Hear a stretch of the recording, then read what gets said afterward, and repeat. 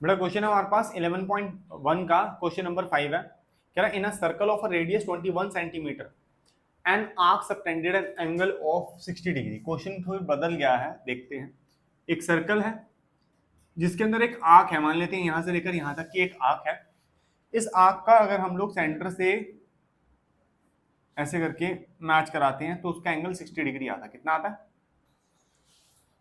60 degree. ठीक है, किसको? आर्क को मैच करते हैं तो 60 डिग्री आता है। एट द सेंटर लिखा हुआ उन्होंने। कहते हैं find the area of arc, length of arc. Length of arc निकालना है। वेरी गुड क्वेश्चन, एक्सीलेंट, एकदम इजी। पहले देखो solution for one. Length of arc का फॉर्मूला होता है, क्या फॉर्मूला होता है? Theta upon 360 into 2 pi r. Theta is 60 degree upon 360 degree, ऊपर से नीचे करेगा 1/6। 2 पाई का लेने के लिए बोला कुछ भी नहीं तो 22/7। आर कितना है? 21। 7 3 जा 21, 3 2 जा 6, आंसर आया 22 सेंटीमीटर। स्क्वायर लगा दू दक्ष? नहीं, क्योंकि लेंथ है इसीलिए स्क्वायर नहीं लगेगा। एरिया में लगता है ना वो तो। गुड, वही नहीं कह रहा था तू। ठीक है, पता मुझे क्या कह रहा था। एरिया ऑफ सेक्टर फॉर्म्ड, अब चाहिए सेक्टर। इस सेक्टर का पूरा एरिया। चलो फॉर्मूला बता, एरिया ऑफ सेक्टर का फॉर्मूला। एक सेकंड, एक second. 2 pi, very good. Theta upon 360 2 pi r square. ठीक है, ये कौन सा नया फॉर्मूला इन्वेंट किया? पाई बोला तो ठीक है। ठीक है, मैंने कहा कोई नया इन्वेंट हुआ हो। तो theta upon 360 into pi r square. Theta की वैल्यू भी बता दे फटाफट, लगे याद। 60 अपॉन कट करेंगे तो कितना आएगा? पक्का। पाई कितना है? 22/7। आर कितना है? 3 पे गया 11। 11 इंटू 21, राइट? कितना आएगा? सर इसका आंसर भी सुनना बैठेगा। 231 सेंटीमीटर। क्या लगाऊं, स्क्वायर या नहीं लगाऊं? नहीं, एरिया है तो इसलिए स्क्वायर लगेगा। ठीक है, यहां तक हुआ डन। अब करते हैं इस क्वेश्चन को नोट करने के बाद बात। ठीक है, इस क्वेश्चन को यहां तक कर लो फटाफट से नोट, बहुत इजी है। अब करेंगे इस क्वेश्चन में बात। इसके अंदर जो बचा हुआ पार्ट है that is area of segment form by corresponding chord. जो कॉर्ड बनी थी उसका एरिया निकालना। अब जो कॉर्ड बनी थी दैट इज 60 डिग्री की थी। यहां आई प्रॉब्लम, जो कॉर्ड बनी थी वो 60 डिग्री थी, और इसका जो फॉर्मूला होता है एरिया ऑफ सेगमेंट का, वो होता है area of sector minus area of triangle. Sir अब ट्राइंगल तो 90 डिग्री का होता तब half into base into height लगाते हैं, कैसे लगाएं और क्या लगाएं? ठीक है, पहले तो इसको 60 डिग्री को थोड़ा सा बड़ा कर लेते ताकि आपको समझ आए। ठीक है, अच्छा कहीं इसलिए ये तो नहीं बोलता ना ऊपर बनेगा सेक्टर या नीचे बनेगा, कहीं भी बना सकते हैं। सिंपली इसको एक काम करते हैं, नीचे यहां बना लेते हैं। अब कोई बच्चा ये मत कहना सर 60 डिग्री आपका इतना बड़ा कैसे हो गया, समझाने के लिए मुझे स्पेस चाहिए। ये हो गया पूरा 60 डिग्री का, राइट? ठीक है, और सेगमेंट निकालना है तो मतलब कि ये एरिया निकालना है। इसको निकालने के लिए मुझे ट्रायंगल का एरिया चाहिए, और ट्रायंगल का एरिया मेरे को निकालना नहीं आ रहा क्योंकि 90 डिग्री नहीं है। तो अब यहां पे 9th क्लास को बुलाते हुए और अपने दिमाग को जगाते हुए पहले यहां पे एक 90 डिग्री बनाना है ऐसे। ठीक है, तो कंस्ट्रक्शन क्या करनी है आप लोगों ने? यहाँ पे construct a line perpendicular to, जो भी है यहाँ पे ए बी लिख लो, कोई दिक्कत नहीं है। ए बी आप ही का डायग्राम होगा, आप ही की बातें होंगी। यहाँ 90 डिग्री बन गया। ठीक है, अब आपको इस ट्राइंगल को इस ट्राइंगल के साथ कॉन्ग्रुएंट प्रूफ करना है। It is very easy now.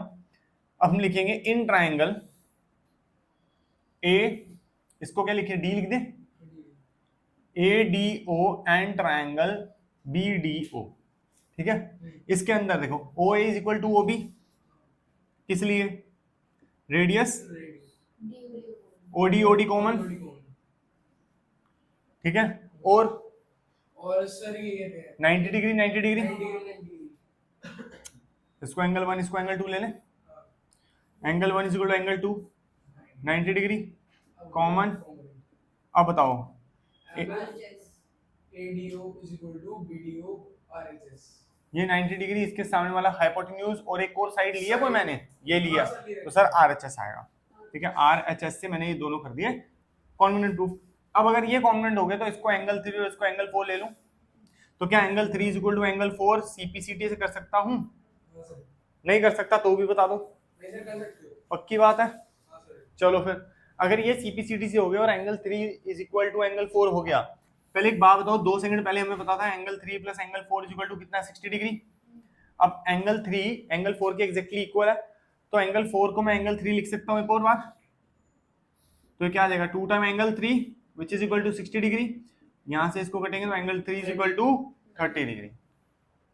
आई बात यहां तक समझ? Yes, sir. अभी काम खत्म नहीं हुआ, अभी 30 डिग्री आया खाली। अब इस ट्राइंगल को थोड़ा सा साफ करते हुए, यहाँ एंगल 3 लिखते हुए इसको थोड़ा सा मैं बाहर बनाता हूँ लाइक दिस। बोलो हाँ या ना? ठीक है, और उसके साथ वाले को भी बाहर ही बनाते हैं, साफ चाहिए मुझे क्योंकि, है ना। अच्छा जी, अब यहाँ कितना एंगल है, 30 डिग्री। ठीक है, अब 10th क्लास की ट्रिगो आएगी यहाँ पे। ठीक है, नहीं डरना नहीं है मेरे बच्चे को, डरना नहीं है बेटे, आगे आगे क्या हो गया, डर क्यों नहीं इतना। अब देखो ये है 30 डिग्री, ठीक है, अगर मैं यहाँ पे लगाऊं साइन 30 डिग्री, तो साइन 30 डिग्री होता है P by H. Sine 30 degree is P by H, तो P लगाया ऊपर, H लगाया नीचे। अब P क्या होता है, ध्यान से सुनना है, डिग्री के एग्जैक्टली सामने वाला P होता है। ठीक है, पता है बेस बता फिर क्या होता है, सर बेस होता है ये वाला। वेरी गुड, ये हाइपोटेन्यूज। अभी नीचे वाला बेस। सर वहां होगा ना बेस तो फिर परपेंडिकुलर नीचे तो। हाँ, जल्दी पता लग गया। अब ये बता हाइपोटेन्यूज कितनी है हमारे पास। सर ये तो है ही नहीं गिवन ही। बेटा वही तो गिवन था, रेडियस गिवन है ना 21, तो ये हाइपोटेन्यूज रेडियस तो है, अभी तो बताया था यहाँ पे। ठीक है, तो 21 अपॉन एच। साइन 30 डिग्री की वैल्यू बताओ बेटा आप। 1/2। 1/2। अब h निकालना है तो h ऊपर जाएगा ऐसे 21/2। ये क्या ठीक लिखा मैंने? नहीं, गलत है। क्या करूं फिर इसके साथ? ऊपर आके मल्टीप्लाई होगा लाइक दिस। बोलो हाँ या ना? इतना आया समझ? अब ऐसे ही cos 30 डिग्री लिखेंगे। ठीक है, अब cos 30 डिग्री है, ठीक है, इसी को यहीं पे एग्जैक्टली इस जगह को ही cos 30 डिग्री मान लो। लेकिन cos 30 degree b by H होता है। अब b क्या होगा इसके हिसाब से, ये h क्या होगा, ये b की वैल्यू तो मुझे नहीं पता, h की पता है? h की पता है? हाँ 21 है। अरे वो तो चेंज हो 21, h तो सेम ही रहेगा। रुको रुको रुको रुको, यहाँ पे कोई गलती करी हमने, p की जगह वैल्यू डाल दी गलती से। h कितना है, 21 था ना, तो 21/2 इज इक्वल टू p। ठीक है, यहाँ क्या है, h कितना है 21, b निकालना है, रूट cos 30 इज √3/2, इसको ऊपर लेके आएंगे 21 √3/2 इज इक्वल टू b। बोलो हाँ या ना? यस फिर से चेक कर लो, कोई दिक्कत परेशानी नहीं होगी? सर, कोई दिक्कत नहीं है। अब मेरे पास b की वैल्यू आ गई, p की वैल्यू आ गई, 90 डिग्री ये पड़ा।